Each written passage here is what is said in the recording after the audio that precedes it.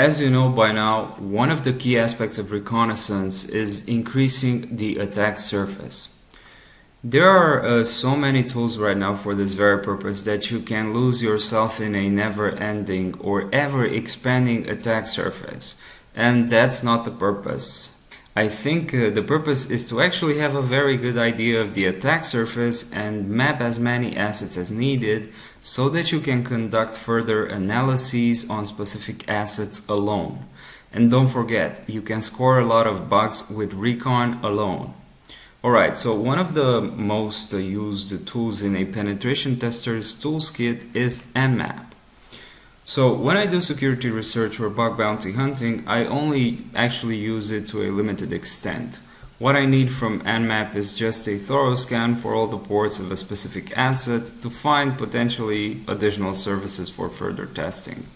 And that's as simple as Nmap minus SS minus SU minus SV minus P minus. Let's actually look for what we have on Juice Shop.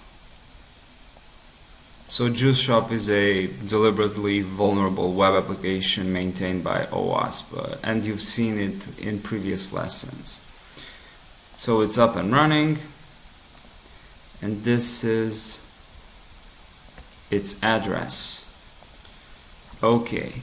So we can just paste it in there without the schema, so without the HTTP. And there you have it. Alright, so minus P minus actually tells Nmap to scan all 65,535 ports. Minus SS tells Nmap to only do a SYN scan for the TCP ports, which is actually less noisy. Minus SU tells Nmap to check for all UDP ports, and minus SV tells Nmap to try and determine the software that runs on a found open port. Okay, so since this is actually a thorough scan, it might take a while. You can see that this is only about 3.20%. The point here is not to actually see what the scan leads to, but to tell you how I use Nmap. Alright, so just to reiterate to make sure you understand where we are at. Our subdomain discovery, scanning and further cleaning led to a few possible attack vectors, therefore a few attack subdomains. What we're doing now is we are conducting recon on these subdomains specifically, and we started with Nmap. The Nmap scan might give us a few open ports. So if it's a web server or a web application that's running on a certain port, I usually follow up the Nmap scan with a Nikto scan, such as, for example, let's become root TMP recon, this is 10. I usually follow up with a Nikto -8 for the host, and then HTTP. Actually, just paste this. This is HTTP. Hit enter, it's gonna start scanning.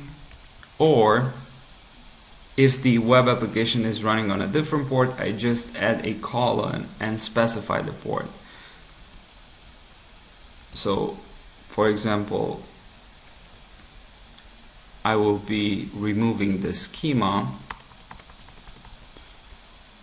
and say that there is a web application running on port 1932. This is actually first going to probe the host and see if there's something running in there. Since there's nothing running in there, we will receive this output, no server found. But if we have something running on this port, you can actually tell Nikto to be very specific and look at this port. Okay, now two other very useful tools that help with getting more attack surface are OWASP ZAP and Burp Suite. So they are extremely versatile web proxies. You can do a whole host of things with them, and I'm sure you are already familiar with them, probably more with Burp. Both of them have additional modules and extensions that can be added to them to further increase their functionality. Now, to be honest, I use Burp more than I use Zap, and I use it when I have a lot of manual testing and intercepting to do. But Burp can also be used for active scanning, but that's a paid feature. Therefore, I won't be going into Burp in depth in this course. You cannot use the amazing scanning feature of Burp with the free version that you can use in Kali Linux or in Parrot OS, so with the community edition. However, what you can do is you can simply configure Burp as a proxy, but do not enable the intercept mode. Let's actually see how this goes. First off, I have to configure my Firefox to intercept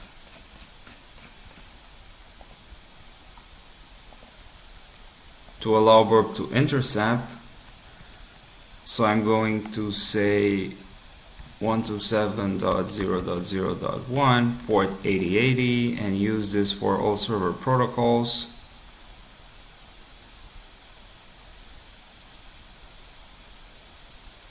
Should be good to go.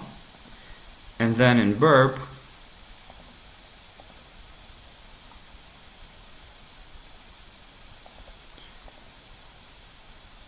start Burp.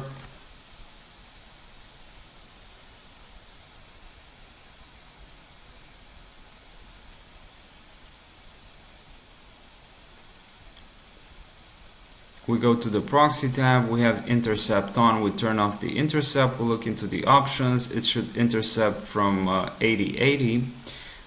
It might not be able to intercept HTTPS traffic because we haven't imported the certificate into Firefox, but let's see if it actually intercepts something. So let's actually go to http, one of my websites, .com, and see if we get something.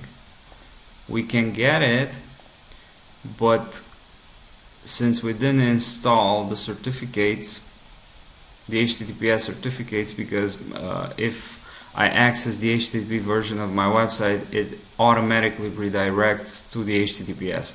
So what I can do in this case is do http.burp and then get the CA certificate, open with.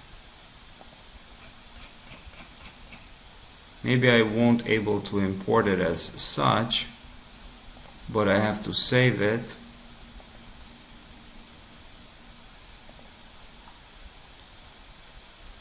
And then actually go to Preferences, Certificates.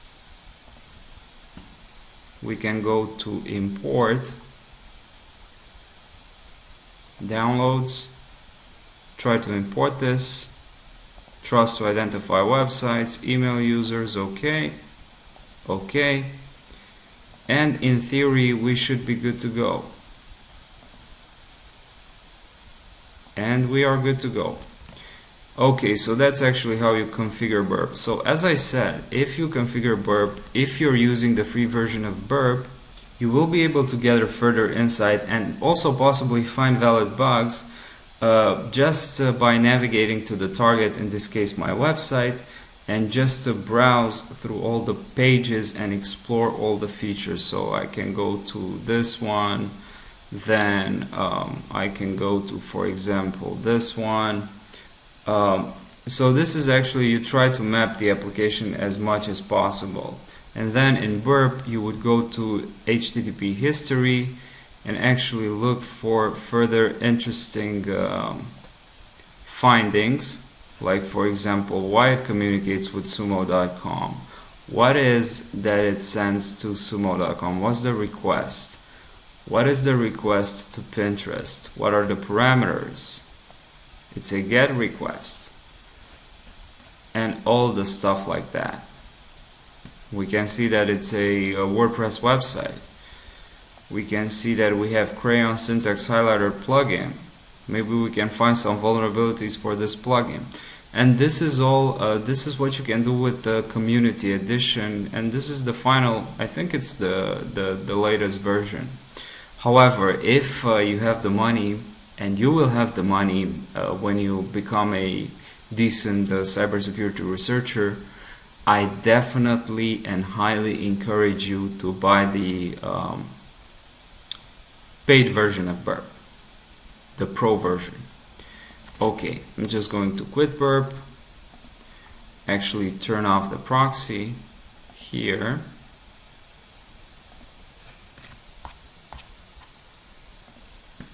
and then move on. Now, the other web proxy is OWASP ZAP. This is a free tool and is supported by a very large and warm community, and you can do powerful active scanning. So in this case, you don't need to pay anything to actively scan a website, and you can simply fire up a ZAP proxy in, I think, both Kali and Parrot OS by typing ZAP proxy. Nmap scan is still running.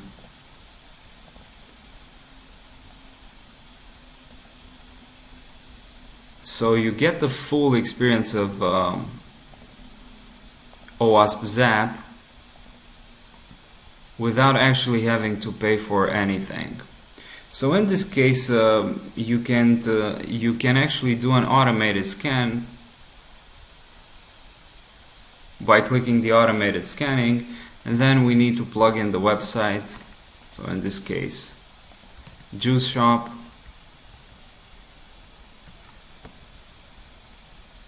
And click on attack, and actually let ZAP do its magic. So you will actually let it run for a while, and you will inspect the various tab for results, such as alerts, such as spider, such as history, search, and stuff like that. Now, to make sure you get the maximum out of this amazing tool, which is OWASP ZAP, check out the add-on section for additional functionalities and add-ons that you can add from the marketplace. I think it was here.